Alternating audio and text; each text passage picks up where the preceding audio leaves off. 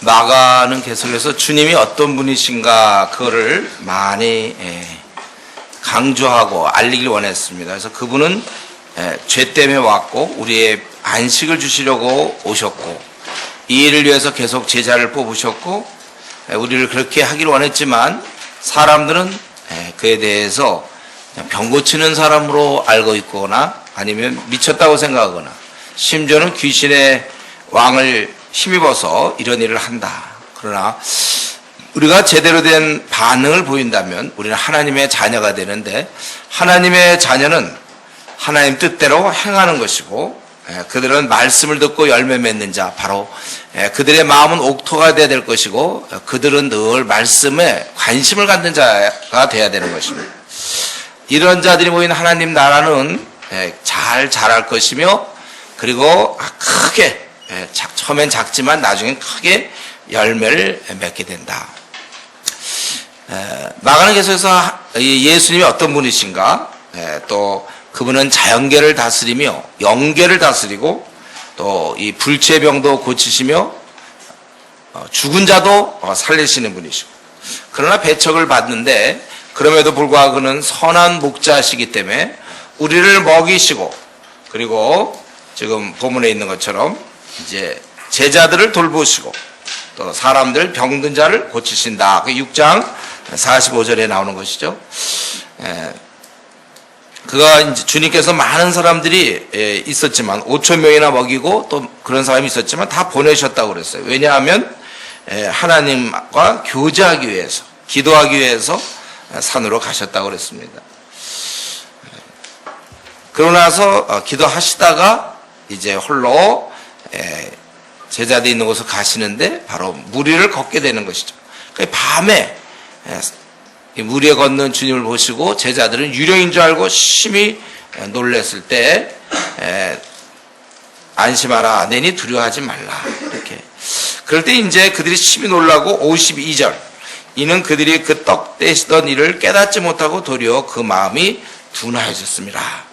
언제든지 이런 이적 같은 거, 뭐 병고침을 본다든가, 뭐 방언, 예언 이런 것들은 언제나 지속적인 성장을 가져다 주지 않고 그때 뿌릴 때가 참 많습니다. 그리고 어느 순간 다시 그 마음이 둔하여졌다는 거예요. 마음이라는 것은 항상 밝게 있는 것이 아니라 원래 둔하게 있다가 이런 기적이라든가 특별한 때 밝아졌다가 다시 어두워지는 거예요. 여러분이 술에 놓으면 마음이 많이 밝아지고 사물의 이치가 제대로 보이기 시작해요. 이때 굳히게 해야 되는 거예요. 여기 반짝하고 다시 우리 원래대로 돌아가면 어두워져요. 원래 이 둔해지는 것은 우리 인간의 속성입니다. 원래 이 어둠에서 출발했어요, 우리는.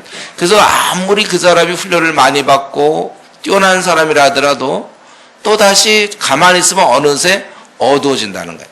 그래서 우리는 늘 말씀의 공급을 받아야 돼요. 제가 좀 약간 염려되는 건 그거예요. 우리 교회에 있다가 이사를 가서 이제 우리 교회 못 나오는 사람들. 그러면 이제 처음엔 좀 하려고 그랬지만 어느 순간부터 이제 PBS 같은 거 안 하게 된단 말이죠. 그러면 이제 어느새 어두워져 있어요. 이런 현상이 보통 캠퍼스 시절 그렇지 않습니까? 대학 시절에 뭐 리더다, 뭐다, 뭐 순장이다, 막 대표 순장이다 막 하는데 그러고 나서 몇 년 그냥 직장생활 해보세요. 다들 어두워져 있는데 그것이 원래 본래대로 돌아간 거예요. 그러니까 우리는 죽을 때까지 계속해서 말씀을 붙잡아야 되는 거예요. 그들은 다시 도리어 그 마음이 두려워하죠. 이 떡 대시던 일을 생각해 보세요. 이거 당연한 거 아닙니까? 하나님이라면 뭐 무리를 왜 못 걷겠습니까? 근데 그걸 굉장히 놀랍게 생각해요. 어떻게 무리를 거둘까? 그러면 어떻게 떡을 떼었어요? 떡 뗀 거는 그건 뭐 특이한 무슨 마술입니까? 그건 안 되는 거예요. 그만큼 우리는 자꾸 둔해진단 말이에요. 그러니까 부단히 여러분 노력하셔야지. 나 요즘 보니까 우리 교회에서 신앙이 내가 한 10번째 안에 들 정도로 신앙이 좋다. 그래서 기도 게으리하고 PBS 말씀 게으리하다 보면 어느새 저 밑에가 있어요. 보세요 여러분들. 야근의 무서운 점이 그거잖아요. 자기 스스로 말씀을 안 보는 게 아니라 주어진 상황 때문에 말씀을 안 보게 되고 그러니까 굉장히 안심을 해. 어쩔 수가 없다고 합리화된단 말이에요.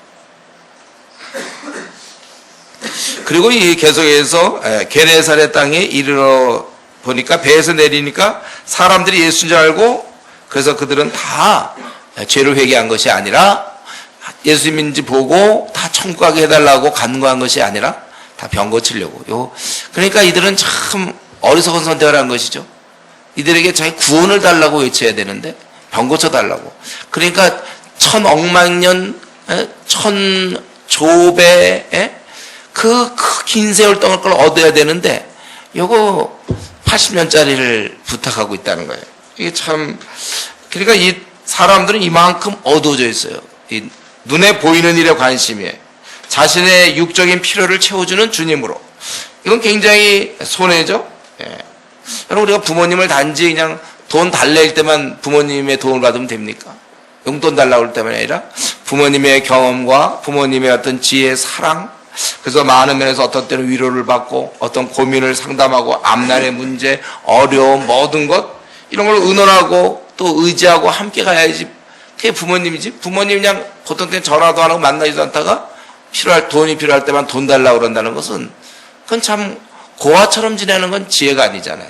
함께 동행해야 돼.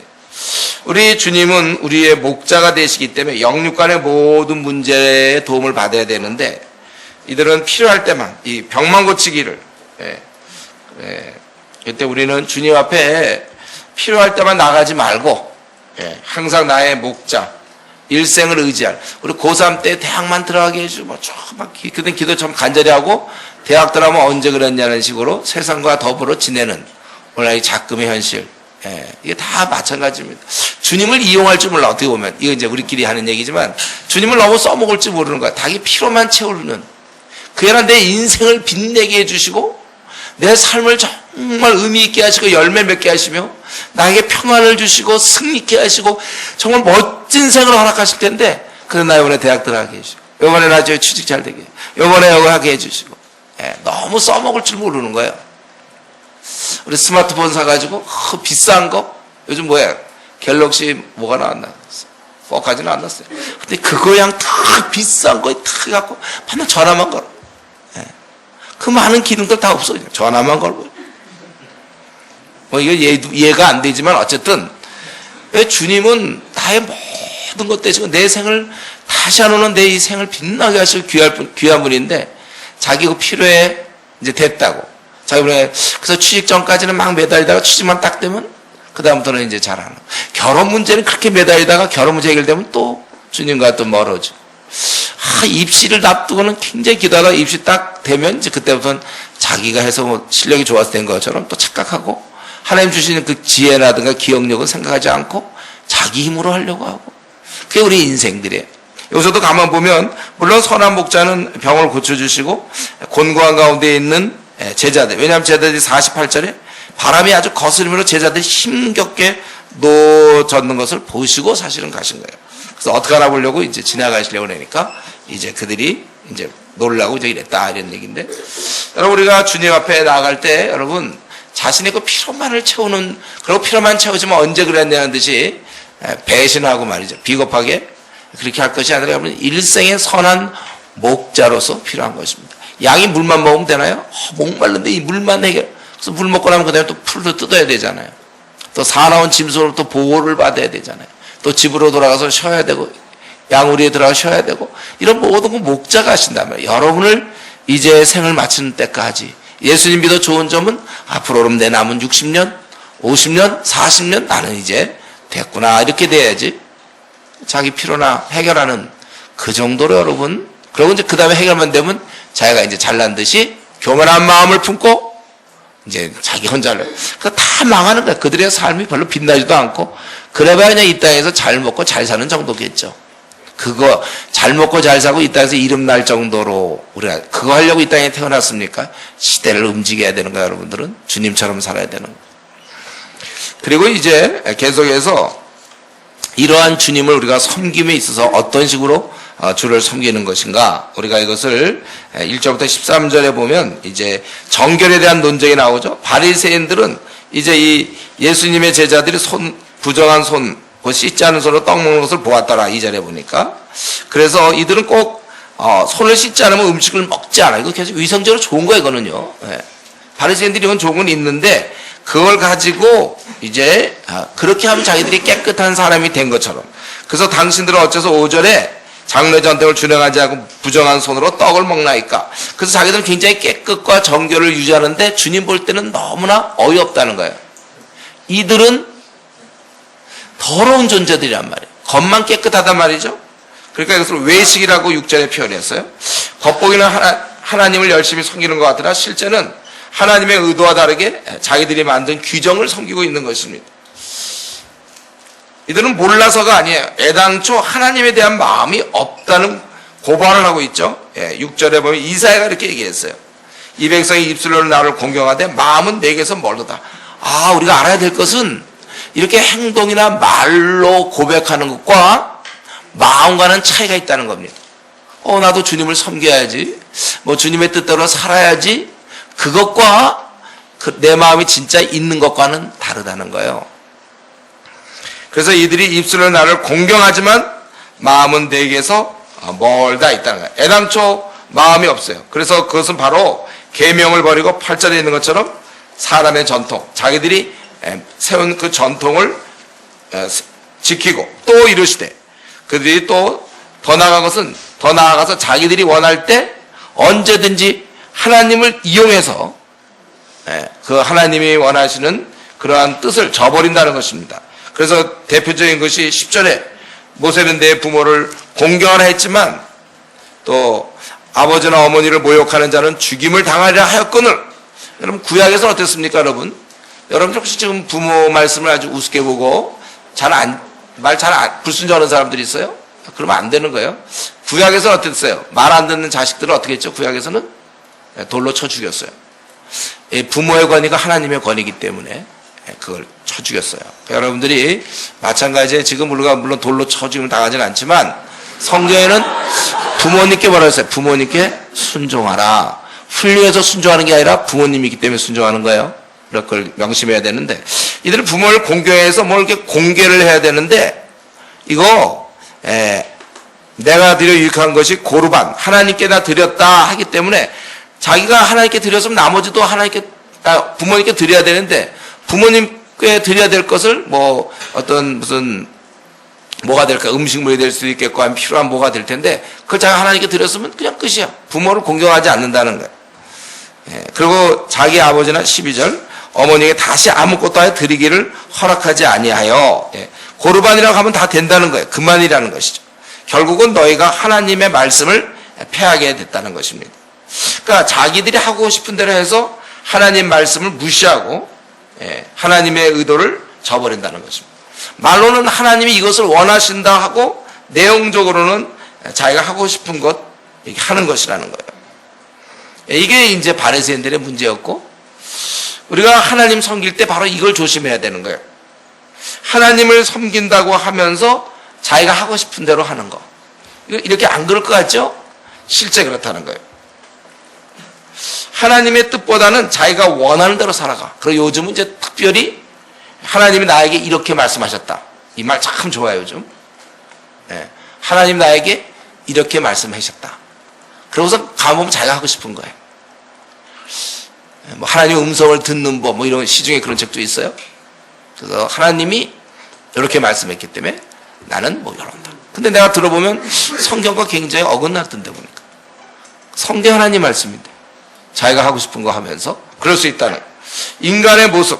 하나님이 이런 걸 원하신다고 하는데 가보면 자기가 원한다는 거예요.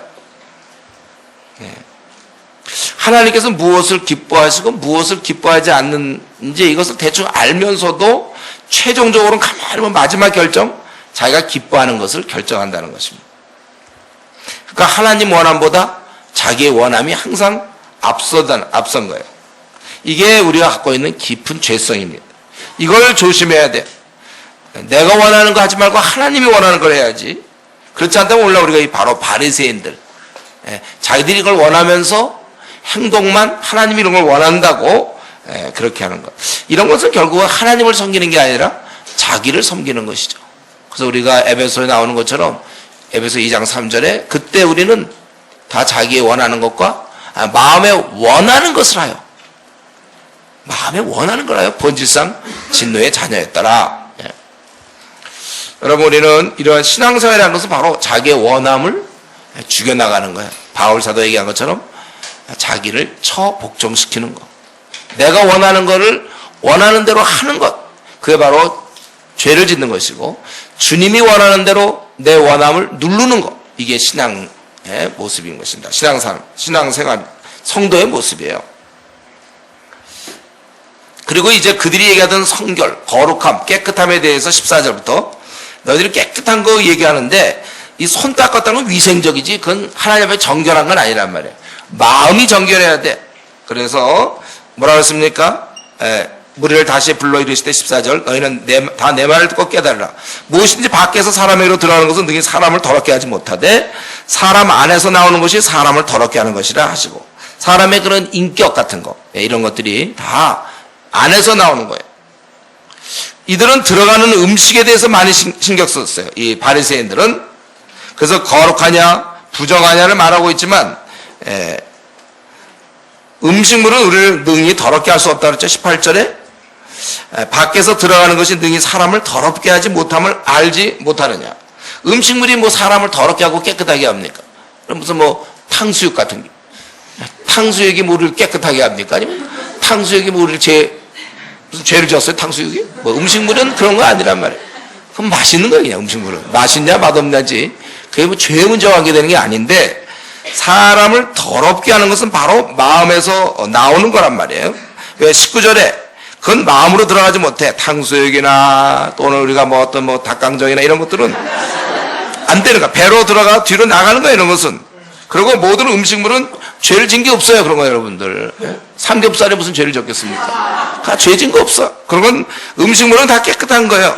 그런데 진짜 더러운 것은 마음에서 나오는 이런 악한 생각들, 곧 여기 보니까 악한 생각, 곧 음란한 것, 이게 더러운 거예요, 사람을.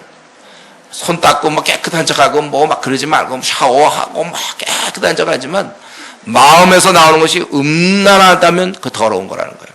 도둑질과 살인은 꼭 사람을 죽인 게 아니라 미워함. 저 죽였으면 좋겠어. 막.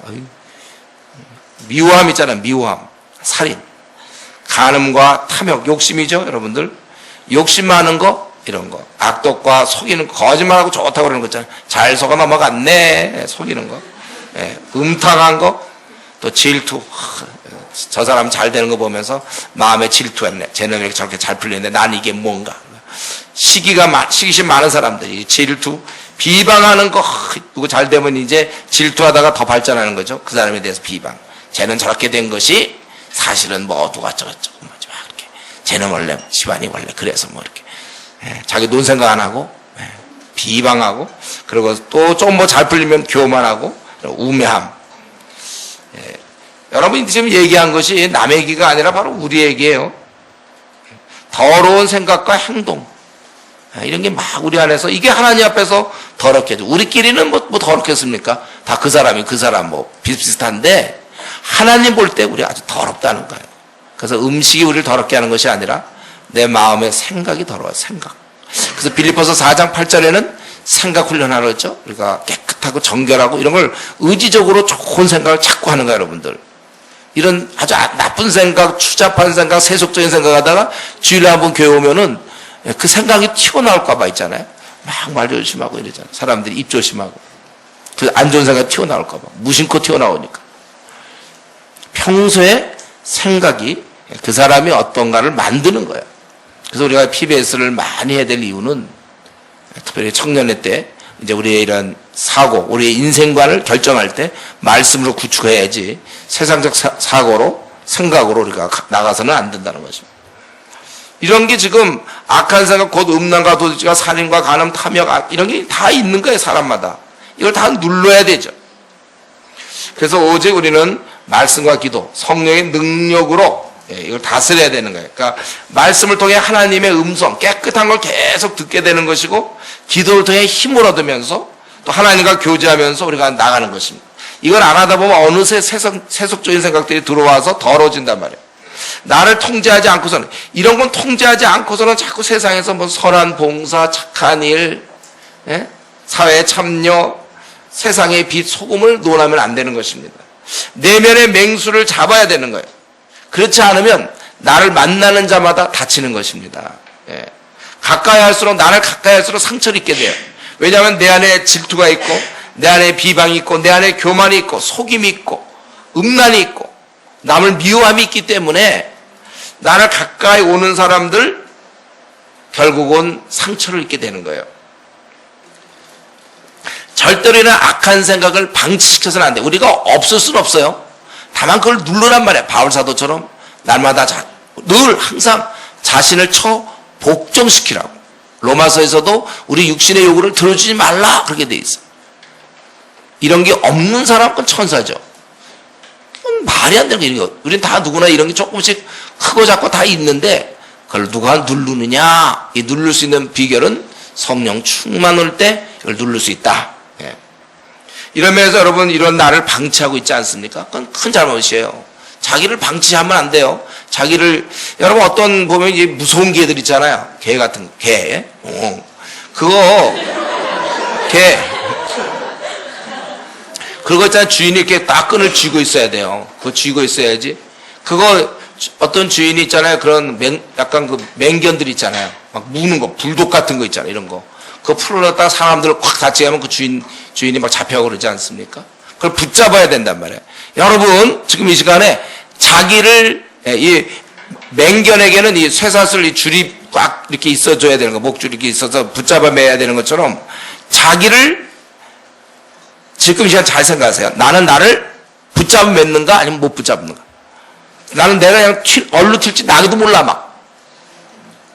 자기를 완전히 방치한 거야. 그러니까 어떤 아주 그 무서운 개를 풀어놓은 주인을 보면 좀 원망스럽잖아요. 저런 사람 저거 왜 개를 풀어놔서 날 물게 하는가. 여러분 그 주인이 정말 잘못하고 있다고 생각한다면 바로 지금 자기가 자기를 다스리지 않는다면은 이런 맹수를 풀어놓은 거랑 똑같은 거예요. 그래서 나를 만나는 사람 다치게 돼 있어요. 왜? 우리 성경에는 우리 입술은 독사의 독이 가득하다고 그랬거든. 내 비방에 의해서 쓰러질 사람 많아요, 여러분들. 나의 미워함과 나의 격려하지 아니함으로 주눅들 사람 많이 있습니다. 나의 이런 행동 때문에 상처받는 사람 많이 있다는 거예요. 예. 사실 아까 그 개는 그냥 외상만 입히잖아요. 우리는 이 혀는 독사의 독이 있어서 내상을 입힌단 말이에요. 이 말 한 번 듣고 그 상처 때문에 자살하는 사람도 있잖아요. 예. 학교에서 막 몇 사람이 친구들 놀려갖고 그 말이 너무 심각해서 죽는 애들도 있어요. 독사의 독이 있거든, 우리 입에는. 그래서 이 언어를 통제해야 되는 거예요. 이 말로 부모의 가슴을 완전히, 아주 완전히 이 부모를 죽이는 경우도 있어요. 살 소망을 끊어버리는 사람도 있어요, 말로. 이 말로 얼마든지 우리는 그럴 수 있습니다. 그래서 다스리게 해야 돼, 자기를. 쉽지 않다고 그랬어요, 이거는. 나의 행동, 또 나의 눈빛으로 어떤 사람은 참, 완전히 이렇게 소망이 없을 수도 있단 말이에요. 내 눈빛이라든가 나의 이런 태도. 그러한 나를 붙잡아야 되는 거예요. 한번 지금까지 자기를 들여다보세요. 우리가 뭐 까칠하다? 이게 뭐예요, 결국? 까칠하다. 까칠하다가 뭐예요? 까칠하다는 건 뭐냐면 자기를 자기가 통제 안 했다는 얘기죠. 그러니까 까칠하지 그게 아무나 까칠합니까? 아니 원래 우리는 다 까칠한 존재들이에요. 근데 이제 말씀의 능력, 성령의 능력으로 우리가 바뀐 거고 아직도 저 사람은 까칠한데 아직까지도 자기를 통제하지 않으니까 이 줄을 매야 되는데 매지 않아놨지. 까칠한 거지. 어딜 가도 까칠해가지고 공동체 그 사람만 있으면 다들 피곤해요. 까칠하거든 그냥 완전. 나 까칠. 무서워 까칠한 사람들. 묶어야 되는데 자기를 안 묶어놔서 우리 맹수로 내 말 한마디로 부모 완전히 망하는 거고 내 말 한마디로 자식 망하는 거고 이 말 때문에 목사가 잠 못 자는 것이고 이 말 한마디 때문에 조장이 쓰러지는 것이고 조언이 쓰러지는 거예요. 이런 굉장한 거예요. 자기를 다스려야 된다니까. 내 행동과 내 말들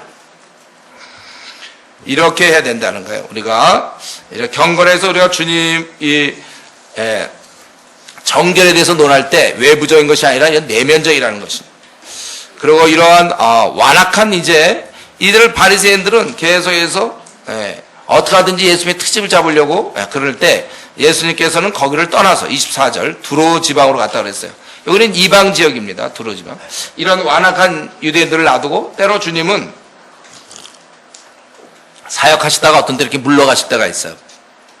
이방 지방에 들어갔는데 여기에서 어떤 일이 벌어집니까? 수로보니게 여자 그 이방 여인 그의 딸을 고쳐주게 되죠. 그 딸이 어땠어요? 귀신 들렸거든요.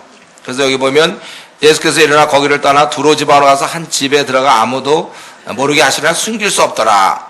이에 더러운 귀신 들린 어린 딸을 둔 한 여자가 예수의 소문을 듣고 곧 와서 그 발 아래 엎드리니 그 여자는 헬라인이요 수로보니게의 족속이라. 이 수로보니게는 이제 그 시리아에 속한 그것은 페니키아인이에요. 수로보니게 여인이라는 것은. 그래서 귀신 들린 딸을 위해서 간구하는 거예요. 그러니까 이 바리새인의 그런 적대적인 행위나 제자들의 그러한 무지함과 완고함에 비해서 이 이방 여인만은 깊은 신앙을 지금 보이고 있습니다. 우리가 쭉 읽어보면은 그래서 간구하되 27절에 아주 이렇게 간절히 전적으로 예수님께 신뢰를 두죠. 그래서 간구하니까 예수님께서 이르시되 자녀로 먼저 배부리 먹게 할지니 자녀의 떡을 취하여 개들에게 던지면 마땅치 아니라. 지금 아들 딸이 배고픈데 그 먹을 거를 애들한테 안 주고 개한테 던지는 거 그건 마땅치 않지 않느냐. 이 말은 지금 유대인들도 많이 돌봐야 되는데 내가 이방인을 어떻게 하겠느냐. 약간 이런 뉘앙스죠. 그러니까 여자가 근데 대답하여 이르되 주여 올소이다마는 상 안의 개들도 아이들이 먹던 부스러기를 먹나이다. 이 말 원래 27절 딱 들었을 때 사실 굉장히 기분 나쁜 거잖아요. 그러나 이 여자는 그 안에 떨어진 부스러기도 먹지 않습니까? 내가 이 말을 하였으니 돌아가라. 귀신이 내 딸에게 나갔느니라 하심에 보니까 귀신이 나갔다. 우리가 이거 지금 여기 보면 예수님이 왜 이런 말씀하실까? 27절에 자녀의 떡을 줘야 개들에게 던지면 마땅. 이건 너무 인격 무시 아니에요? 뭐 이렇게 은혜로우신 주님께서 기껏 그 딸의 안타까운 마음을 가지고 딸의 그런 상태 때문에 정말 여기 한번 어떻게 지푸라기 잡는 심정으로 어떻게 그런 소문이 나갖고 와갖고 좀 낫게 해주십시오 하는데도 어떻게 이렇게 차갑게 자녀의 떡을 줘야 개들에게 던지면 마땅치 않다. 어떻게 이렇게 얘기할 수 있어? 근데 요거는 사실 차가운 것이 아니라 이 진정한 믿음의 본질을 드러내기 위해서 이 여인의 이런 걸 통하여 믿음이란 이런 것이다. 이걸 알려주기 위해서 그런 것입니다. 여러분 우리가 지금 이 사건 이건 굉장한 의미가 있는 그런 사건이죠. 우리가 이 주님을 대할 때 이 여인을 통해서 배울 것이 몇 가지 있어요. 첫 번째는 이렇게 발 아래 엎드리는 이 겸손히 나아가는 자세. 주님 앞에 여러분 대등하게 하소서 막 이렇게 있잖아요. 주님 보고 뭐 해주십시오 막 이렇게 대들면 안 되고 우리 정말 해주십시오 간절히 원합니다. 주님 앞에 우리가 겸비하게 나가야 되죠. 여기서 보면 정말 겸손하게 바리새인이나 서기관처럼 어떤 가식이나 위선이 전혀 없어요. 거만이 없습니다. 그가 나아가서 그가 발 아래 엎드렸다고 그랬잖아요. 발 아래 엎드려서. 그리고 사람들도 많이 있는데 솔직하게 자신의 필요 어떻게 보면 좀 창피할 수 있잖아요. 딸을 어떻게 키웠길래 딸이 귀신 들렸습니까? 그러나 그것을 고쳐주기를 간구하고 그런데 그만 찾아갔지만 멸시를 당하잖아요. 그럴 때 여기서 그가 삐칠 수도 있다는 말이에요. 뭐 내가 왔는데 말 이렇게까지 그렇죠. 딸 때문에 요즘 살맛 없는데 이 사람이 말이지 이렇게 날 무시하는가. 삐쳤어. 그럴 수도 있어요. 그러나 그는 전적으로 주님을 신뢰했고 그리고 주의 말씀을 듣고 감정이 상할 수 있지만 낙심할 수도 있지만 그런 낙심하지 않고 오히려 28절 또 주님께 매달리는 것은 부스러기라도 잊지 않는가 하면서 이것은 예수님에 대한 신뢰 아니면 이런 얘기 할 수 없는 거예요. 여러분 우리가 여기서 참 배워야 될 건 그러니까 이 마가가 이것을 기록할 때 이 부분을 많이 강조한 거예요. 사실은 이런 믿음이 필요하다. 우리에게도 이런 하늘의 왕 목자이신 그분을 우리가 대할 때 이렇게 겸비한 자세로 또 솔직하면서 그리고 낙심치 않고 당장 없다고 해서 우리가 이 땅에서 많은 문제를 만나게 되고 그래서 기도하면 해결되지만 때때로 기도하더라도 잘 이게 금방 해결이 안 될 때 이때 우리도 이 여인처럼 이런 면을 배워야 된다는 거예요. 예? 그때 이게 거절당하고 지금 응답이 없는 것 같지만 그래도 또 주를 의지해서 또 부탁하는 이런 자세. 여러분 우리가 이런 주님에 대한 신뢰, 당장은 차가운 반응이었어요. 열매가 없고 좀 그런 상황이지만 여러분 우리가 항상 주님께 기도한 거는 우리가 낙심하지 말고 계속 주님께 매달려야 됩니다. 그래서 성경에 우리 신약에도 보면 누가복음 18장에도 우리가 기도하고 낙심하지 말아야 한다고 그랬어요. 우리의 때와 하나님의 때가 다르기 때문에 내가 보는 시각과 하나님의 깊은 그 겪는 섭리가 다르기 때문에 나는 당장 뭐가 이루어지길 원하지만 그렇지 않을 때가 있단 말이에요. 그럴 때도 우리가 낙심하지 않는 걸 배워야 되는 것입니다. 좋은 얘기를 별로 못 들었죠. 지금 주님께 나왔지만 그래도 신뢰를 두고 이 부스러기도 먹지 않습니까? 이런 자세를 주님이 칭찬한 거예요. 뭐라고 했습니까? 29절에 이 말을 하였으니 돌아가라 이렇게 돼 있잖아요. 이 말을 하였으니.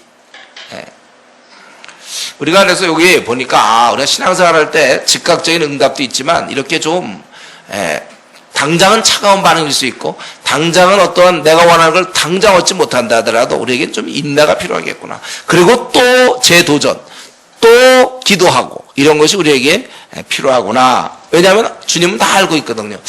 지금 주님이 여러분 기도하는 거 오늘 당장 허락할 수 있어요. 다. 근데 왜 오늘 허락이 안 됩니까?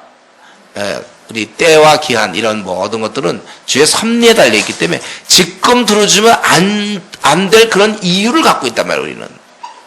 그걸 여러분 믿어야 되는 거예요. 그래서 여러분 우리가 믿음의 인내를 원하는 거야. 한두 번 간구하다가 응답이 없다고 주님에 대해서 원망하거나 회의하거나 그리고 그냥 신앙생활 그냥 시들퍼해지거나 아니면 잠수 타거나 이걸 주님이 원하는 것이 아니고 오늘 이 말씀을 통해서 우리가 볼 때 이게 우리가 당장 내가 한번 시도했는데 응답이 없다고 해서 주님이 나에 대해서 무관심한 것이 아니고 그렇게 생각하면 안 되는 거예요. 이럴 때 이런 식으로 더 어떻게 보면 낮아져서 상아의 개들도 아이들이 먹던 부스러기를 먹나이다. 어떻게 이 방에 이런 신앙을 갖고 있는지 모르겠어요.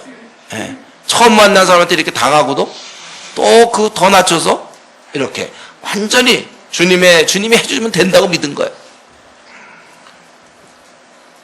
우리가 이제 오늘 이 본문을 떠나서라도 여러분 지금까지 신앙생활을 오지 않았습니까? 항상 우리가 주님은 나에게 가장 선한 목자이시다. 여러분 이것을 가장 꽉 붙잡아야 돼. 저도 지금까지 이거 붙잡아서 살아온 거예요. 그 숱한 어려움이 생길 때마다 주님은 나의 선한 목자이시다. 그걸 나는 의심하지 않아요. 믿어요 그거를. 여러분도 아주 이걸 꽉 믿으세요. 주님은 나의 선한 목자. 나를 사랑하시는 분이시다. 야고보 선생이 얘기한 것처럼 그는 가장 자비로우신 주는 가장 자비로우시고 긍휼을 베푸신 이이십니다. 제가 야고보서 보면서 참 그러한 박해적 상황에서 순교를 당할지라도 그는 가장 자비하시며 가장 우리에게 긍휼을 베푸신 이시다. 여러분 요거 하나만 믿으면 되는데 어디 믿어보겠습니까? 아니면 또 우선 목사님부터 믿으세요 그거예요. 믿어보시겠어요 여러분들? 주님은 나에게 가장 좋으신 분이다. 아니 내 삶을 보십시오. 이렇게 내 꼬락서니와 내 주어진 상황이 이 엉망진창인데도요 그분은 가장 자비하시고 긍휼을 베푸시는 이시기 때문에 이렇게 허락했다. 이걸 믿는 거. 우리 이거 짧게 나와서 그렇지만 이 상황을 생각해보세요. 이게 얼마나 사실 망신스러운 일이고 가서 막 부탁을 했는데 그래도 소문 듣고 왔을 때 이거 한가닥 희망을 걸고 참 왔을 때 들리기로는 그분이 자비롭고 막 그렇다고 해서 다 갔는데 그냥 너무나 싸늘한 반응. 개들에게 던지 마땅치 않다. 이런 사람 있어. 쥐어뜯을 것 같은데. 그래도 이 여자는 낙심 사실 딸 때문에 마음이 이미 다 죄가 됐는지도 모르지만 그 낙심하지 않고 또 그 부스러기도 먹을 수 있지 않습니까?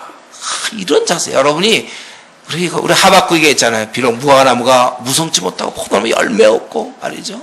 우리의 양이 없고 외양간에 소가 없을지라도 밭에 소산이 없고 그럴지라도 나는 하나님이라 감사하겠다. 여러분 너무 주어진 그 현상에 의해서 하나님의 사랑을 판단하지 마시고 그냥 눈에 보이지 않는 것으로 여러분 믿음을 가지세요. 믿음이라는 건 원래 보이지 않는 거잖아요.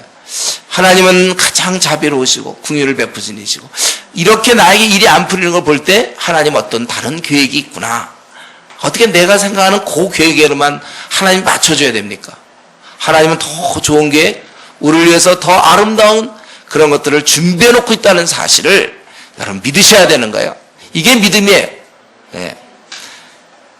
내 형편과 처지를 아시고 나를 돕고자 하신다는 거예요. 다 이유가 있어서 그러는 건데 단 지금은 안 보이지. 예. 돌아보면 그때 하나님이 그렇게 하셨구나. 그러니까 여러분이 이 과거를 돌아보는 건 참 좋아요. 거기에 매어달리면 안 되지만 지난날 살아오면서 이 과거를 자꾸 들여다보세요. 어떻게 하나님이 그때마다 도우셨는가. 저도 저의 과거를 돌아보면 얼마나 많은 순간 하나님 도와주는지 몰라요. 내 심령적으로도 그렇고 내 상황도 그렇고 어떤 길을 열어주시는 것 같고 지난날 내 돌아보면 막 그때 차에 한번 치여서 죽을 뻔했거든요. 차에 그냥 펑 쳐서 그때 내가 그냥 탁 불러갖고 그냥 정신을 탁 잃고 탁 정신 차리는데 사람들이 둥그렇게 저를 쳐다보고 있을 때 근데 저는 아무렇지도 않았어. 예, 그때도 조금만 잘못해서 죽는 건데 뭐 그런 일도 있고 예를 들면 물에 빠져서 죽을 뻔한 적도 있고 차 또 처음 초보 운전하다가 그냥 잘 운전 안 돼서 그때 고속도로에서 그냥 사고 날 뻔했어요. 그냥 덤프트럭이랑 한번 할 뻔했어요. 그때 할 줄 몰라가지고 하여튼 여러 뭐 살아오면서 그뿐만 아니라 이제 사람과의 관계라든가 지난날 그러니까 그걸 다 들여다보면 그때마다 자비하셨어요. 그분은 나에 대해서 항상 최선을 주셨어요. 그러니까 지금도 뭐 일이 안 풀리고 막힌다 하더라도 내가 하나님을 신뢰하는 거예요. 참된 성도는 힘들수록 그의 신앙이 그때 드러나요. 여러분, 뭐 편안할 때 주님 뭐 사랑이 많으시고 선한 목자고 이런 고백 누가 합니까? 완전히 일이 꽉 막히고 풀리지도 않고 어려울 때 그때 그의 이제 진정한 모습, 그동안 그가 뭐 신앙을 얘기하고 하나님, 예수님, 뭐 주의 나라 뭐 얘기했던 것이 진짜 그가 이제 힘든 공경에 아주 그냥 공경에 처했을 때 그때 신앙이 딱 드러나는 거예요. 다윗의 경우 제가 그 정확한 시점으로 하지만 최소한도 다윗이 분명히 그랬을 거예요. 여호와는 나의 목자시니 내가 부족함이 없으리로다. 내가 생각할 때 그 시가 언제쯤 나왔을 거냐면 나중에 편해갖고 바세바 죄 짓고 이럴 때 나온 게 아니고 제가 보기에 사울에게 쫓길 때 나왔을 것 같아요. 그 정도의 시는 사울에게 쫓길 때 나온 것 같아요. 부족함이 없다. 완전히 부족투성인데 앞날이 꽉 막혔는데도 부족함이 없다. 이런 고백들 말이죠. 여러분 우리가 주님을 전적으로 신뢰해야지 신뢰 한 70% 좀 하다가 그 이후부터는 신뢰 안 해. 그 전까지는 신뢰했는데 이게 뭐 일이 계속 꼬여. 한 뭐 서너 번 꼬일 수 있고 5번 꼬일 수 있는데 6번째는 아이고 이제 할 수 없다. 자포자기. 그게 아니라 계속해서 우리는 끝까지 여러분 회의하지 말아야 됩니다. 제가 그런 구절 찾아드렸죠. 이사야 50장 10절 너희 중에 여호와를 경외하며 그의 종의 목소리를 청종하는 자가 누구냐. 성경입니다. 누가 그의 종의 목소리를 청종하느냐. 여호와를 경외하며 그의 종의 목소리를 누가 청종하냐. 흑암 중에 행하여 빛이 없는 자라도 흑암 중에서 빛이 없어. 도무지 빛이 안 보여. 그런 자라도 여호와의 이름을 의뢰하며 자기 하나님께 의지할지니라. 우리 이사야서가 괜히 이게 두꺼운 게 아니에요. 66장. 좋은 말이 너무 많아 여기서. 근데 이걸 평생 한 번도 연구 안 한 채 주님 만나는 사람들 많아요. 여러분들은 이사야 60장 연구해야 돼요. 제가 이거 60장 어떻게 연구했다고 그랬어요? 영국에서. 하나님, 이사야 이제 제가 한 장씩 연구할 때 하루에 한 장을 목표로 막 하루 종일 연구하는 거예요. 그때 기도한 게 그거였잖아요. 주님 제발 33장 좀 만나게 해주십시오. 내려가는 느낌이 들어야지. 5장 하면 그 다음날 6장이요. 그 다음날 7장. 언제 이거 끝날까? 66장짜리. 근데 어느 날 드디어 33장을 만나게 됐어요. 제가. 그때 참 좋았습니다. 이제 내려가는구나. 그래 60장 끝낼 때. 자, 정말 이 성경 말이죠. 우리가 이런 좋은 말씀들 한 번도 모르는 채 이런 말씀 하나도 모르는 채 살다가 그리고 성도라고 하면서 그러고 죽는 경우도 많다는 거예요. 밤낮 이사야하면 53장. 그거 찔리면 우리가 밤낮 좀 양심 좀 찔렀으면 좋겠어. 자기가 이렇게 성경을 모르고 있는가. 53장만 밤낮 이사야만 53장만 다뤄. 예. 우리가 이런 면에 있어서 여러분들이 성경을 많이 연구해야 되고, 다행히 여러분은 어떤 유익이 있다고 그랬습니까? 우리 주은혜 교회 성도들은 그 담임 목사님께서 그 동영상을 친절하게도 만들어 드렸다고 그랬죠? 시간 얼마 안 걸렸다고 그랬죠? 31년? 짧게, 그죠? 한 31년 투자했으니까 여러분이 원하면 1년 안에 끝낼 수도 있어요. 여러분들은 하루에 2개씩 들으면, 하루에 만약 1개씩 들으면 한 2년 안에 끝날 수 있고, 얼마나 제가 31년 걸린 거 여러분들은 1, 2년 안에 끝낼 수도 있는데, 특별히 학생은 방학 때를 이용해서 좀, 예를 들면 이번에 이사를 끝내겠다 하면 집중적으로 들으면, 이사야 제가 66개를 했겠습니까? 제 성격이 그렇지 않잖아요. 어떻게 하든지 압축해갖고 조금만 들어도 다 될 수 있도록 막 3장씩 막 할 때든가 이렇게 됐으니까. 계시록도 조금 몇 개야 지금 계시록 14개인가? 우리 길게 안 해요. 지금 때가 그렇게, 내가 막 길게 늘리면 얼마나 늘릴 수 있어. 때가 그렇게 아주 비상한 때, 그거 항상 연구하고 있으면 어떻게 합니까? 그건 빨리빨리 해서 여러분들이 빨리빨리 알 수 있도록.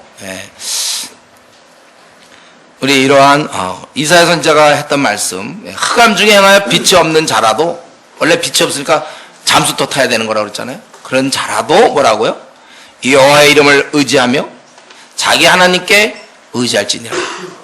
여러분은 다 얼굴빛이 빛나야 돼요. 그럼 어떠한 상황에도 이렇게 단단한 얼굴을 보이세요. 이 정도 상황에서 내가 그래 뭐 쉽게 주님이 나를 사랑하는 걸 내가 뭐 의심하겠느냐, 뭐 그런 행동 전혀 우리에게 있어서는 안 돼요. 단단한 모습. 집안에 좀 어려운 문제가 생겼고, 앞날의 문제 어려움이 생겼고, 뭐 직장의 문제, 결혼의 문제, 또 뭐 자녀의 문제, 배우자의 문제, 뭐 여러 가지 생겼다 할지라도 그 정도 가지고 내가 주님의 사랑을 의심하거나 가장 자비로운 분의 이런 결정이 잘못됐을 거라고 믿는 거, 그런 건 나한테 있을 수 없어. 앞으로 남은 생 여러분들이 신뢰해야 돼요. 그리고 여기서 한 가지 좀 더 들어가기 전에 한 가지만 더 얘기한다면, 이 여인은 이 어린 딸을 위해서 필사적으로 지금 간구한 거 아닙니까? 자기의 어떤 자존심하고 다 내팽개쳤어요. 딸을 위하여. 이로 인해서 이 딸은 회복을 얻게 되었습니다. 귀신이 쫓아나서 회복되게 된 거예요. 엄마의 최고의 사랑이라고 볼 수 있어요. 이 딸을 위하여 엄마가 할 수 있던 최고의, 주님께 나가서 자기 딸을 치유받는. 다시 한번 우리는 중보기도의 이런 중요성을 깨닫게. 야이로도 마찬가지잖아요. 야이로 회당장도 자기의 딸이 죽게 됨으로 주님께 찾아가서 그 딸을 회복시켰던. 귀신 들린 딸이 스스로 기도할 수 없기 때문에 결국 엄마가 갈 수밖에 없었고.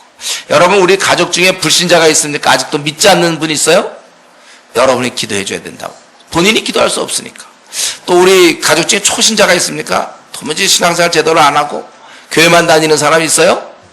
여러분이 이제부터 기도해 줘야 돼. 가족 중에 언니나 오빠나 또 뭐 자식이나 부모나, 내가 볼 때 신앙이 참 없다고 생각된다면 그를 위해서 기도해 줘야 되는 거예요. 우리 특별히 믿지 않는 사람들 살릴 수 있는 자는 우리밖에 없습니다. 집안에. 그래서 우리가 그들을 위해서 늘 간구해야 되고, 직장에 들어가면 제일 먼저 할 일이, 여러분, 직장의 명단, 어떤 사람이 이름 놓고, 그래서 자기 기도 수첩을 바로 옮겨야 돼. 기도 수첩에 옮겨놓고, 내가 이 직장에 있는 동안 이 사람들 다 믿는 거야. 믿게 돼 있어요. 기도하면. 우리가 노방전도를 통해서 구원만 하는 게 아닙니다. 기도를 통해서도 그 사람을 구원할 수 있어요. 그래서 우리 그렇게 하는 거죠. 우리가 기도하는 거예요. 그래서 내 주위와 내 주위에 있는 가족이나 친구들 중에 나의 기도를 통하여 구원 얻는 자, 그리고 나의 기도를 통하여 성숙한 자가 많이 생겨나도록 여러분, 우리가 힘써서 이런 일을 간구해야 되는 것입니다. 이런 중보의 역할.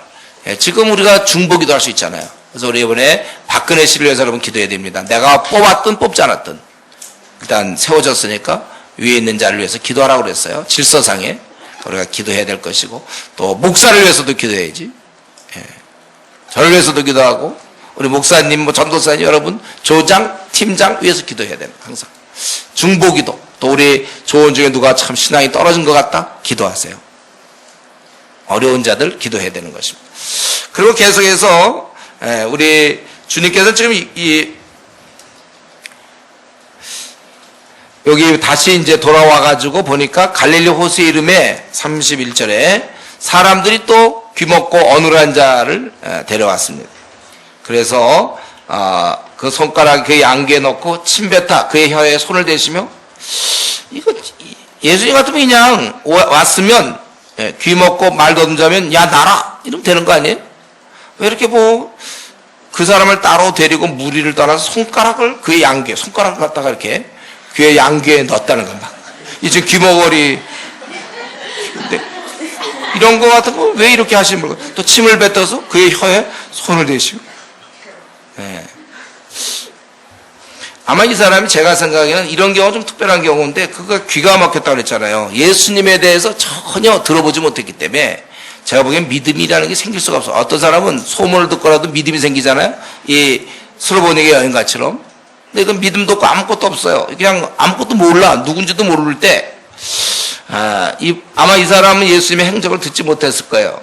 그래서 이런 과정 중에서 뭐 손을 넣고 뭐 침을 뱉어서 이렇게 하는 이런 과정이 제가 보기에는 그에게 이런 어떠한 이 사람에 대한 어떤 생각을 할 수 있도록 기회를 주고 주님의 어떤 눈빛이라든가 그를 바라보면서 그 눈 열려 있으니까 이런 치료 행위 이런 걸 통하여 그가 어떠한 좀 조그마한 믿음이라도 이 사람은 좀 나를 갖다가 관심을 갖고 그의 눈빛이나 말을 못 알아듣지만 통하는 게 있을 거 아닙니까? 그리고 나서 주님께서 하늘을 우러러 탄식하시면 그에게 이르시되 에바다 하시니 이런 열리라는 뜻이라는 거예요. 그래서 귀가 열리고 혀가 맺힌 것이 곧 풀려 말이 분명해졌더라. 이것은 메시아의 사역이죠. 이사야 35장 5절에 보면 맹인이 눈이 밝아지고 귀가 열린다고 되어 있어요. 그리고 예수님께서는 이제 이것을 경고했습니다. 말하지 말라고. 병고스러운 곳이 아니다 이걸 자꾸 얘기해요. 불쌍해서 좀 또 이렇게 사람들이 데리고 왔기 때문에 오면 쫓을 수 없어. 메시아는. 그렇죠? 참된 안식을 주시고 회복을 주시는 분이기 때문에. 그러나 이런 외적인 거 문제를 고치려는 게 아니라 주님은 내적인 것을 고치기를 원하는 거잖아요. 인간의 근본 중심을 바꾸려고 하는 거예요. 메시아의 속성상 그 찾아오는 병자를 그냥 지나칠 수는 없습니다. 그러나 우리 주님께서는 이러한 근본적인 문제를 해결하기로 원해서 이거 자꾸 이런 식으로 소문내지 마라. 그리고 이제 이렇게 그 무렵에 또 큰 무리가 먹을 것이 없는지라.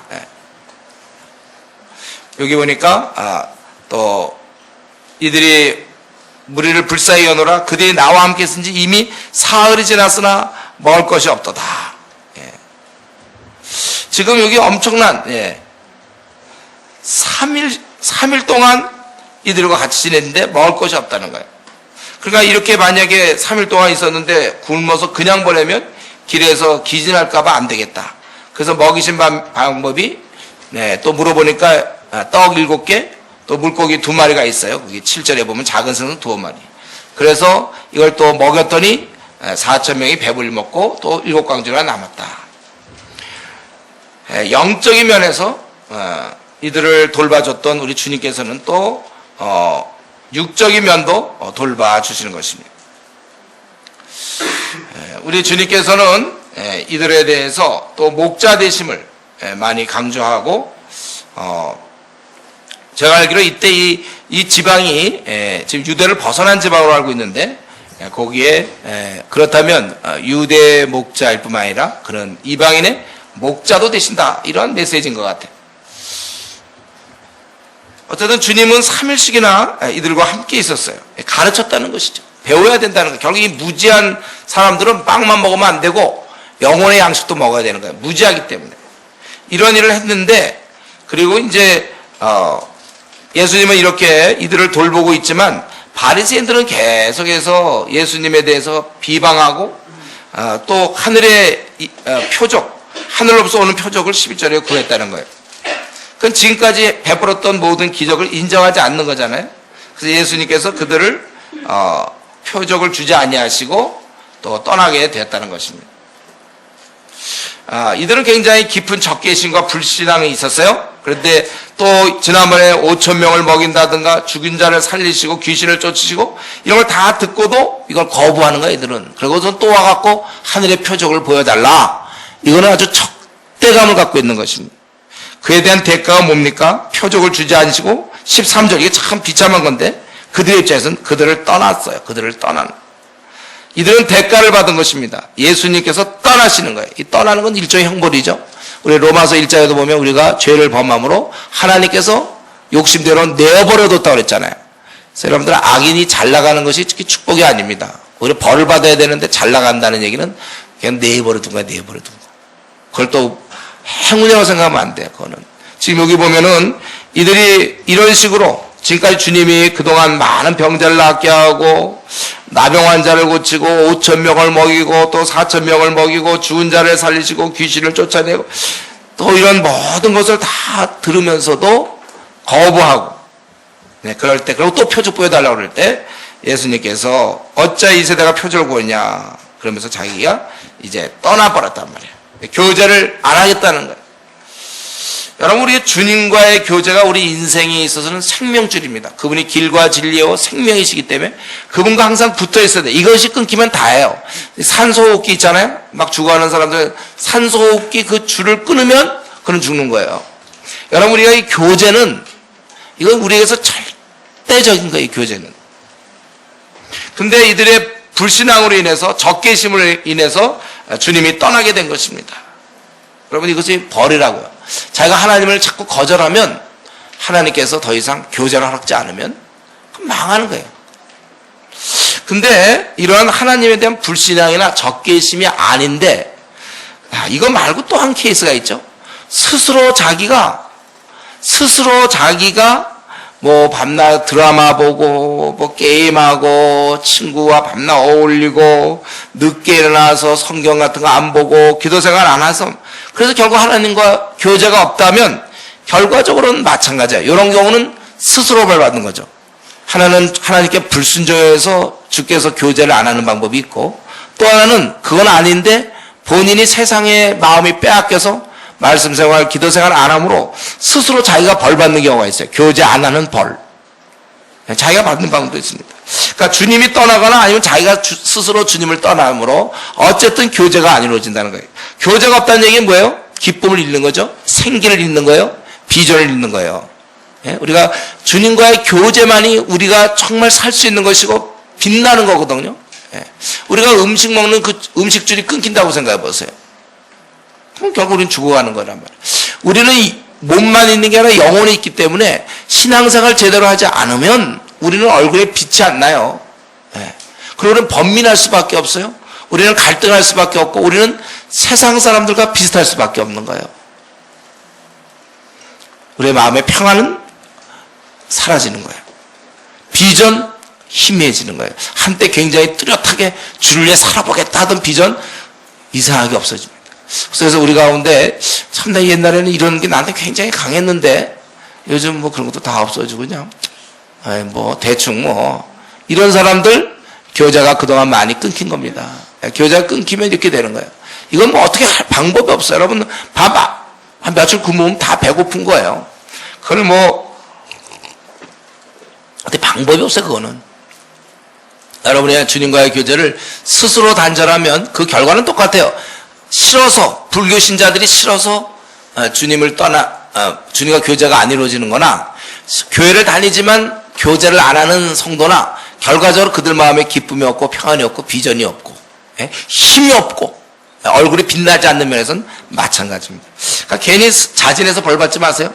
아침에 일어나서 콰이트함도 안 하고 그냥 말씀 기도도 안 보고 그냥 막 직장 가고 뭐 또 회사 가고 또 학교 가고 하나님과 교제가 없으니까 그날 하루는 무슨 힘으로 삽니까? 우리 만나 출애굽 때 보면 만나가 다 그런 이유예요. 그 매일매일 먹어야 되는 거지. 축적이 없어. 그래서 이들이 이렇게 바리새인들이 이렇게 하고 떠나면서 그러면서 예수님께서 이 바리새인에 대해서 가르치고 싶어서 이제 14절 예수께서 경고하시되 15절에 보면 삼가 바리새인들의 누룩과 헤롯의 누룩을 주의하라 하시니. 그러면 14절은 이제 그 다음에 벌어질 얘기를 이제 펼쳐주기 위해서 미리 얘기하는 거죠. 제자들이 떡 가져오기를 잊었으면.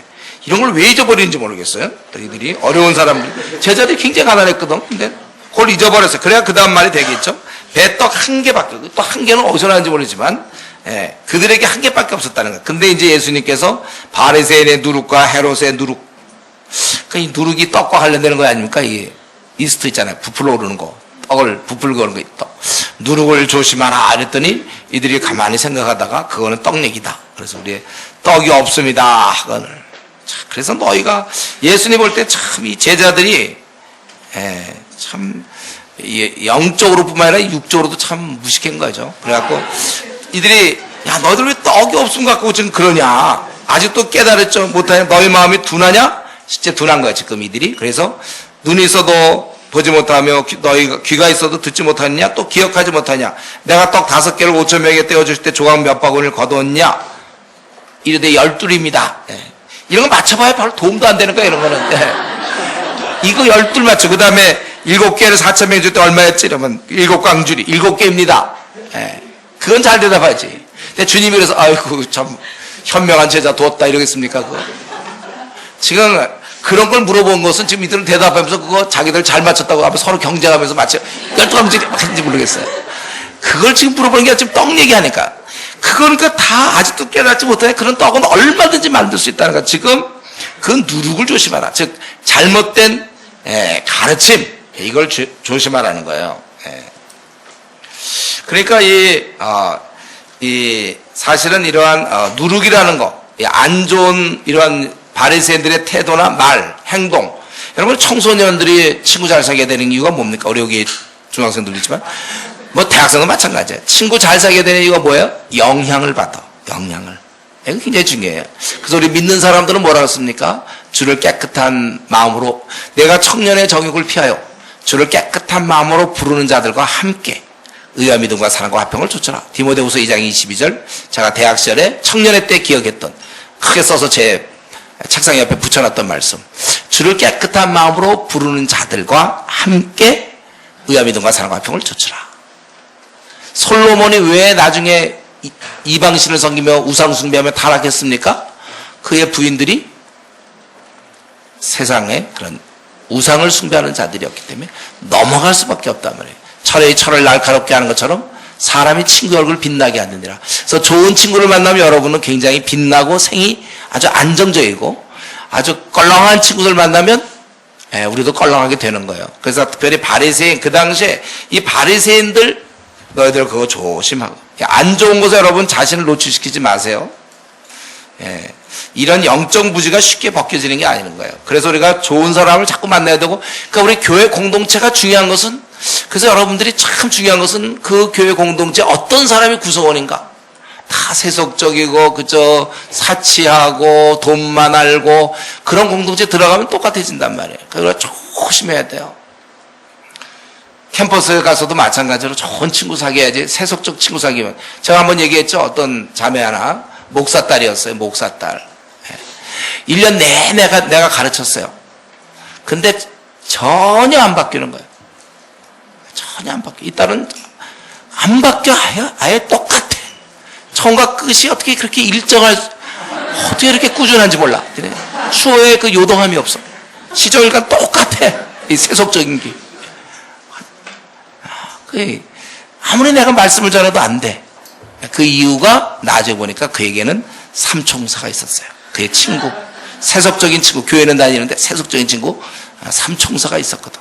그러니까 나한테 1시간 이제 말씀 듣고 나머지 시간은 거기서 수많은 교육을 받고 그 친구들로부터 밤낮 옷 얘기, 무슨 뭐 가방 얘기, 무슨 순전 세속적인 얘기, 드라마 얘기 시크하다고 여기 와서는 이제 뭐 다윗이 뭐 골리앗을 나타났다가 이런 말씀하면 이제 요거 1시간 듣고 남은 시간은 세속적 얘기 시크 듣고 하니까 그의 그러한 것을 꾸준히 세속성을 유지할 수 있었던 비결이 여기 있었던 거예요. 그의 친구의 도움.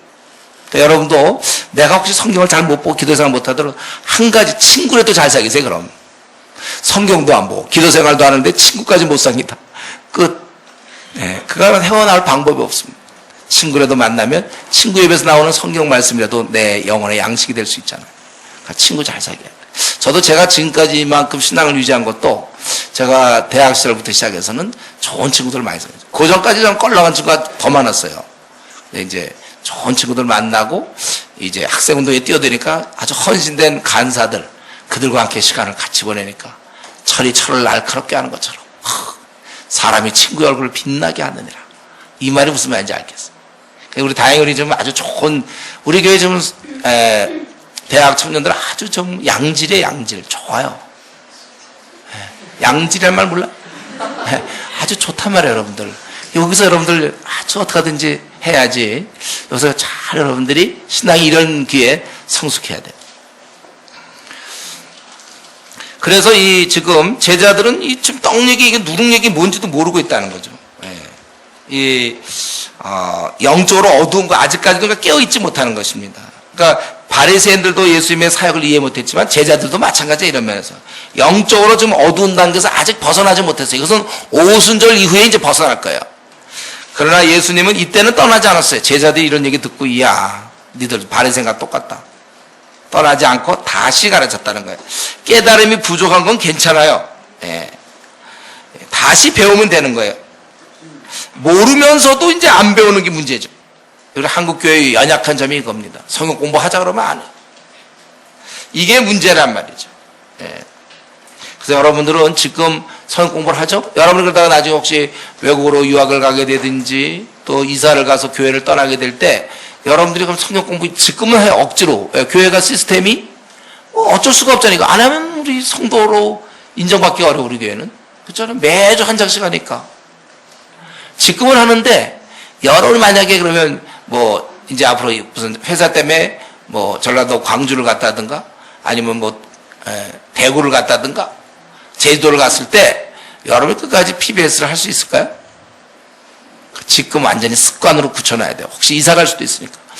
아니면 베트남에 가서 살게 될지 모를 것이고 미국 가서 살게 될지도 몰라요. 혹은 일본 가서 살지도 모릅니다.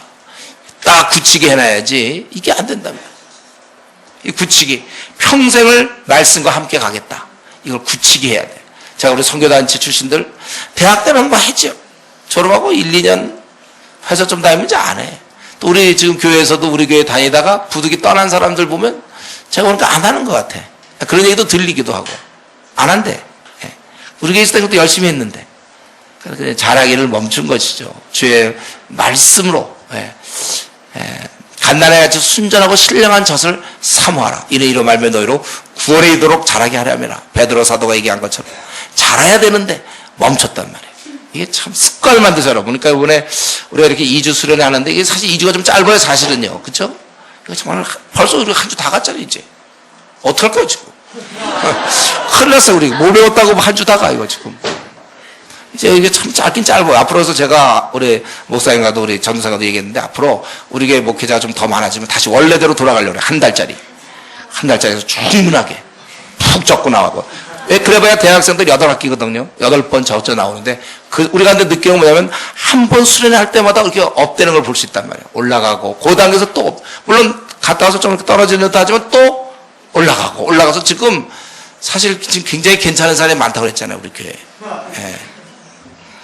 여러분 이거 참 중요한 건 다 배워야 되는 거예요. 근데 지금 한국교회가 이런 배우는 면이 너무 약한 것입니다. 어쨌든 예수님께서는 이 바리새인들한테는 어떤 분노를 느낄 수 있어요. 이들이 한 태도. 또 이 제자들을 볼 때는 낙심할 수밖에 없어. 무슨 제자들이 이렇게 몰라 지금. 그냥 누룩 조심하라는데 그게 왜 떡이랑 무슨 관계야. 맞추기는 뭐 잘 맞추고 12가지 7가지 쉬운 건 잘 맞추면서 핵심은 다 놓치고. 그럴 때 그래도 우리 주님은 참 그런 거에 대해서 이런 바리새인과 싸우거나 혹은 이러한 엉뚱한 대답이나 잘하는 제자를 보면서 낙심하지 않았어요. 분노하거나 낙심하지 않고 꾸준히 주님은 계속해서 이들을 또 가르치는 것입니다. 그리고 22절에서 26절까지 또 이제 얼마 또 어제 얘기했어요. 언제 끝날까? 상갈 게 없다니까 이건 이제 9시 되면 끝나는 거예요. 또 진도 또 나갑니까? 언제 했습니까 이거? 22절부터 26절까지 우리 주님은 여기서 지금 쉴 새 없이 많은 정말 이 목자로서의 모습을 계속 보이고 있죠. 이때는 이제 맹인을 고쳐주는 거예요.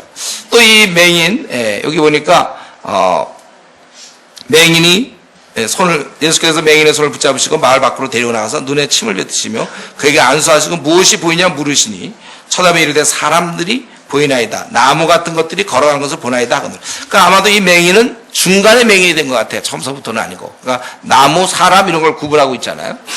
예. 그러면서 다시 한번 그 눈에 안수하시고, 그러니까 이런 경우 바로 주님이 낫게 하시면서 이렇게 두 단계를 거치는 것은 그 사람의 어떤 신뢰감 조성, 예, 이런 거라고 생각, 더욱 신뢰하도록 이런 단계를 거치면서. 그리고 그 사람도 여전히 공식은 똑같죠. 집으로 들어가고 마을에는 들어가지 말라. 왜? 또 병 고치는 자로 그걸 원하지 않는 것입니다. 이 메시아는 이러한 모습을 이제 이렇게 드러내시고, 그리고 이제 우리가 잘 아는 27절부터 이 베드로의 신앙 고백 33절까지 보면 이제 베드로에게 예수님께서 제자들과 빌립보, 가이사랴 여러 마을로 지나가실새 길에서, 이 가이사랴 빌립보라는 데는 이거 원래 헤롯이 로마 황제에게 수요받은 땅이에요. 그래서 여기에 그 로마 황제 신전이 있어요. 여기에 가이사랴 빌립보에 로마적인 색깔을 띠고 있는 도시입니다. 여기에서 누가 주인인가를 물어보는 거예요. 다 황제라고 얘기하기 쉬운데, 그래서 물어보니까 사람들이 나를 누구라 하느냐. 그러니까 어떤 사람은 세례요한이라고, 어떤 사람은 엘리야, 또 선지자 중에 하나입니다. 이건 아직까지 메시아를 제대로 못 본 것이죠. 그러니까 그럼 너희는 나를 누구라고 하느냐? 이때 베드로가 대답하여 이르시되 주는 그리스도시요 시나이다. 이렇게 주는 그리스도십니다. 이렇게 얘기했다. 이거는 도저히 있을 수 없는 답변이었어요. 베드로가 이만큼 영적으로 눈이 열릴 때가 아니에요. 그래서 이 사실은 이건 정말 놀라운 고백이었죠. 사실 베드로가 이르되 주는 그리스도신이다. 그래서 이것을 아직은 얘기하지 말고, 그리고 나중에 이런 얘기하면서 비로소 31절에 이러한 고백하여서 그러면 바로 메시아는 누군가 그걸 얘기하신 거죠. 31절 바로 고난을 받고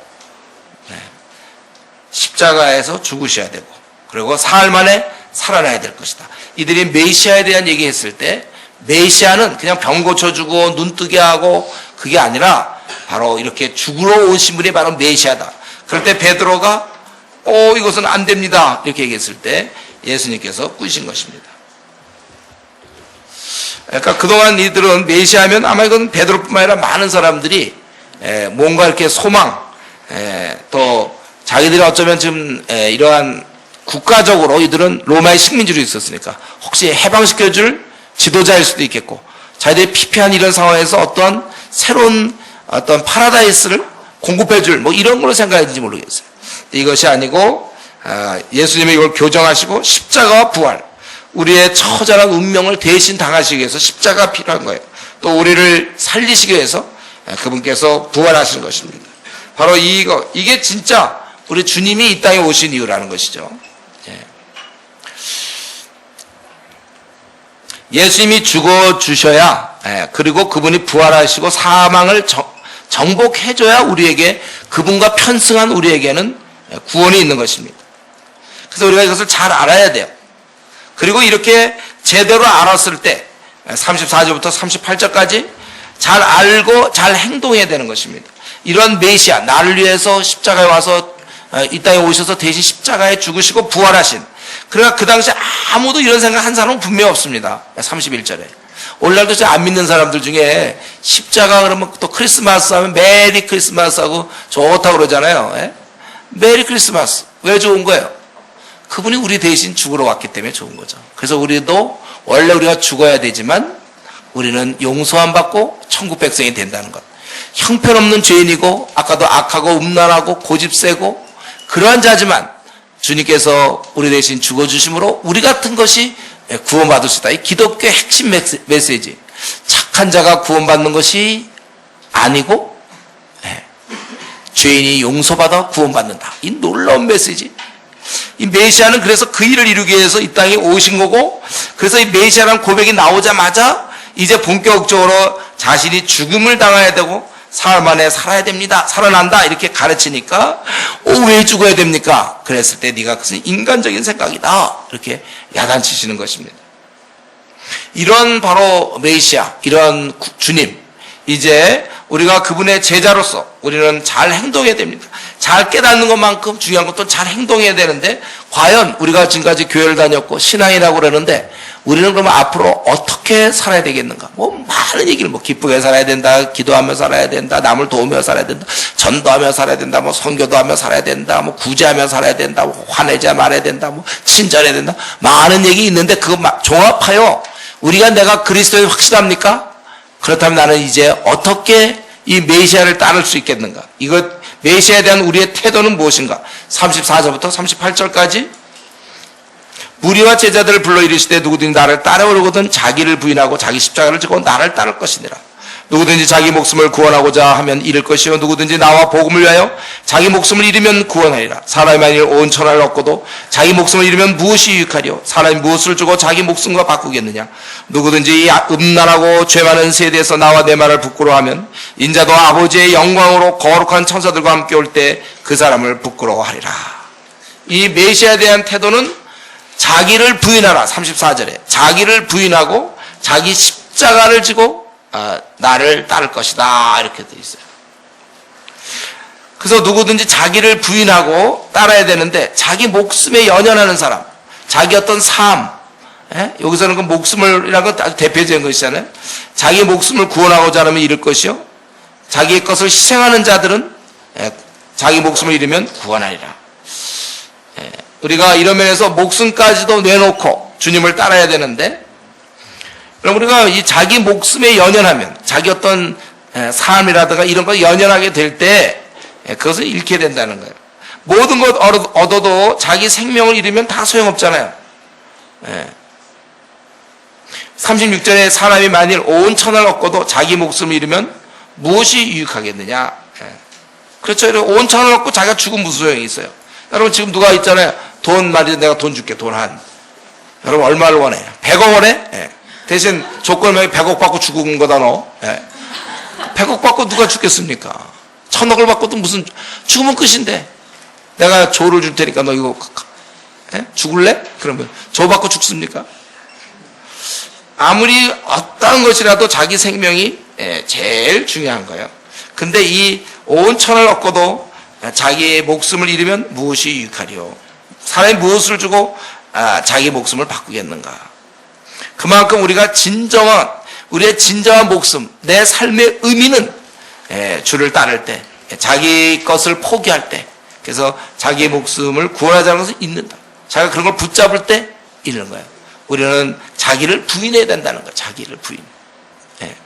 그리고 또 한 가지는 내 말을 부끄러워하면 38절에 세상에서 자기가 좀 무시당하고 인정받지 못하는 거, 이런 것을 굉장히 신경 쓰기 때문에 주님을 따르지 않아. 그러니까 자기 어떤 삶을 위해서 주님을 따르지 않고 자기 욕심이라든가 그래서 결국 목숨을 잃는 거나 마찬가지야. 그거는 사실은. 근데 자기 원하는 이런 거 추구하다가 주님을 따르지 않거나 세상에서 인정받는 거 무시당할까 봐 내 말을 부끄러워하면 주님의 인정보다 세상의 인정에 더 관심 있는 사람, 이런 것 다 안 된다는, 이것이 자기를 부인하고 자기를 십자가를 지고 따르는 것입니다. 예수님뿐만 아니라 제자와 무리도 이제는 주님이 하신 것처럼 따라야 되는 거예요. 지금 이 마가가 이거 썼을 때는 예수님이 이미 돌아가신 다음에 주님의 모습을 생생히 봤습니다. 우리가 주님을 따른다는 건 주님처럼 하나님 앞에서 바른 삶을 살기 위해서 주님이 죽으신 것처럼 우리도 이제 나의 야망과 나의 욕심 다 죽여야 된다는 거예요. 그걸 붙잡아 봐야 그것은 천하를 얻어본들 생명이 있는 거나 마찬가지예요. 우리의 참 생명은 원래 내가 갖고 있는 욕심과 허영과 세상의 인정과 야망을 다 땅에 묻을 때, 자기를 죽일 때 진정으로 우리는 자기의 생명을 얻는 거라는 것입니다. 그래서 우리는 내가 주님을 따를 때 나는 내가 갖고 있던 세상적인 것들, 육신의 욕심, 이 생의 자랑들, 안목의 정욕, 육신의 정욕, 이 생의 자랑으로 구성되어 있는 이 땅의 것들을 기꺼이 포기하겠다. 내가 이렇게 하면 안정된 삶을 살 수 있고, 이렇게 되면 내가 평안하고, 이렇게 하면 남들에게 인정받겠지만, 잘 먹고 잘 살 수 있지만, 주님이 원하신다면 내가 이 길을 가지 아니하고 기꺼이 내 목숨을 잃는 그런 길을 가겠다. 기꺼이 내 욕심, 그리스도 예수의 사람들은 그 탐욕과 욕심을 십자가에 못 박았느니라. 갈라디아서 5장 24절. 우리 더 이상 욕심 없어요. 다 죽었습니다. 기꺼이 내 목숨까지 내놓아 그 자가 산 자가 되는 거예요. 우리는 주님의 항상 예수님의 십자가를 생각하고, 그리고 사도들의 이런 충성스러움, 바울 사대의 순교, 스데반의 순교, 또 우리나라 양화진에 있는 그 많은 무덤들, 외국 사람들 우리나라 와서 기꺼이 복음 때문에 순교당하던, 그들은 참 목숨을 걸고 주님을 따랐구나. 그렇게는 여기까지 생각하는데, 정작 나는 왜 내 목숨을 아까워하죠? 천하를 얻어도 목숨을 아무 소용이 없다고 그랬는데, 내가 하나님 앞에서 아무리 내가 여기서 해본들 그건 살아있는 게 아니에요. 주님을 따를 때 자기 부인, 자기는 죽는 거예요. 십자가에 예수님이 죽으신 것처럼 자기도 십자가에 못 박는 거예요. 이 땅에 나는 없어요. 나의 욕심과 나의 야망과 나의 그런 자랑 다 십자가에 못 박고 오직 주님만 존귀해야 된다면 나는 족한가. 그런 자가 사는 거예요. 주님을 따른다는 것은 바로 그런 것입니다. 모든 고난을 받고 자기를 부인하고 각자의 십자가를 진다는 건 자기의 사명, 비전, 이걸 지고 살아가야 되는 것입니다. 우리는 이 주를 따르는 길은 험한 길이에요. 여기에서 우리는 방관자가 되면 안 됩니다. 우리 같은 그리스도인이라도 이렇게 주님을 따르며 살고자 애쓰는 사람이 있고, 그런 길은 다른 사람, 이용훈 집사님 가시고 김동성 그분 가시고 윤정원 형제 가고 다른 사람은 그렇게 그 사람들이 가는 거고, 나는 좀 대충 내 앞날에 계획이 있습니다. 이 땅에 어떠한 거기에서 우리가 무슨 선교사가 돼야 된다든가 이런 뜻을 의미하는 게 아니라, 자기는 애당초 그런 삶을 생각도 안 한다는 거예요. 자기는 편안하게 살고 이 땅에서 취직 잘하고 아니면 이 땅에서 시험 패스해서 그냥 인정받는 직업 갖고 사는 거, 남들이 좀 부러워할 수 있는 전문적 어떤 직업들 갖고 사는 거, 그게 자기 삶의 목표입니까? 그건 다 잃는 거예요. 천하를 얻는 거지만 하나님 앞에서 목숨을 잃은 거예요. 우리는 그것이 아니라, 왜 어떤 같은 동일한 그리스도인데 누구는 정말 십자가에 자신을 못 받고 자기를 부인하고 십자가를 지고 따르는 것 같은데, 왜 나는 대중 신앙생활을 하면서 내 어떤 다른 일이 있고, 그 중에 하나 교회 생활이 나에게 따로 있습니까? 여러분 정직하게 한번 이 시간 얘기해 보세요. 나는 어디에 속했는가? 주님의 이렇게 자기를 부인하고 자기 십자가를 지고 나를 따르라, 이 말씀 들을 때 여러분 마음이 편안합니까? 아니면 불편합니까? 여러분, 우리가 십자가를 지고 죽도록 주님을 쫓지 않는다면 그것은 인생을 그냥 포기하는 거나 마찬가지예요. 주님의 관점에서는 그건 제대로 된 삶이 아니에요. 그것은 배를 섬기는 거예요. 이 땅에 잘 먹고 잘 산 신을 섬기는 거란 말이죠. 여러분, 우리가 청소년이 잘못 살면 야, 너 그렇게 살면 안 된다, 그렇게 지적해 주잖아요. 바로 이 시간에 좀 지적받는 거예요. 우리가 네가 너 자신의 야망과 너의 그러한 안일함과 잘 먹고 잘 삶으로 가는 것은 그거는 살아있으나 죽은 거나 마찬가지인 것입니다. 자기를 부인하라고 해서 이런 면에서 자기를 부인한다는 게 뭐예요? 자기의 원함, 자기의 야망, 이거 부인하는 거예요. 비전을 꿈꿔야지 야망을 꿈꿔서는 안 돼요. 비슷해. 그러나 야망, 자기가 거기 결부되어 있고 인정받고자 하고 편안하게 하려고 하고 이런 야망 덩어리, 이걸 여러분 쫓으면서 그걸 갖다 비전이라고 얘기하면 안 돼요.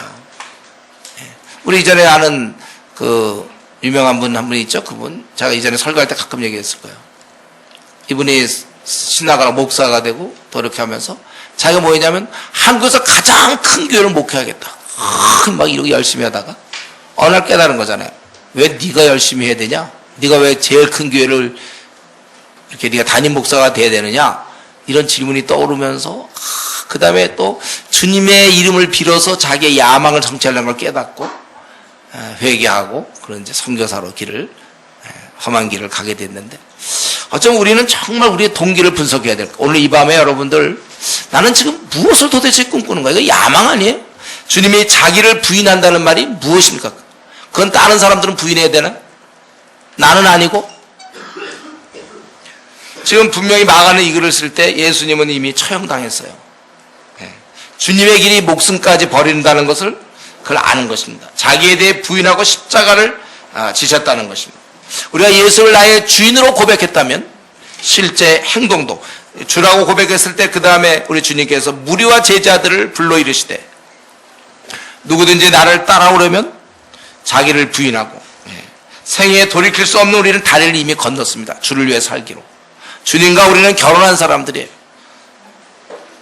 아직도 내가 살아있는 거 아닌지, 오늘 이 시간 정말 나는 내 자신을 부인하고 있는가, 그래서 정말 나는 내 십자가, 나의 그 사명, 비전을 가지고 내가 주님을 지금 따르고 있는가. 우리 자신을 주위 사람 필요 없어요. 내가 정말 한번 1대1로 오늘 이 밤에 꼭 여러분 그랬으면 좋겠어요. 나는 지금 무엇을 향해 가고 있는지, 도대체 내가 무엇을 기뻐하고 있는지, 도대체 나는 왜 오늘 숨을 쉬며 오늘도 내가 식사를 했으며 왜 이렇게 살아가야 될 이유가 뭐예요? 오늘 내가 죽으면 안 되는 이유는 도대체 무엇입니까? 그것이 하나님 나라 관점에서 얼마나 큰 손해를 보나, 내가 오늘 죽으면. 주님께서 분명하게 말씀하신 누구든지 나를 따라오려거든 자기를 부인하고 자기 십자가를 지고 나를 따를 것이니라. 이것이 여러분이 오늘 이 밤에 주님 앞에서 확실하게 결판 내시고 이제 더 이상 이 땅에 나는 없고 내 안에 사는 그리스도, 그러니까 주님을 생각하면서 그렇게 살 수 있기 바랍니다. 기도하겠습니다.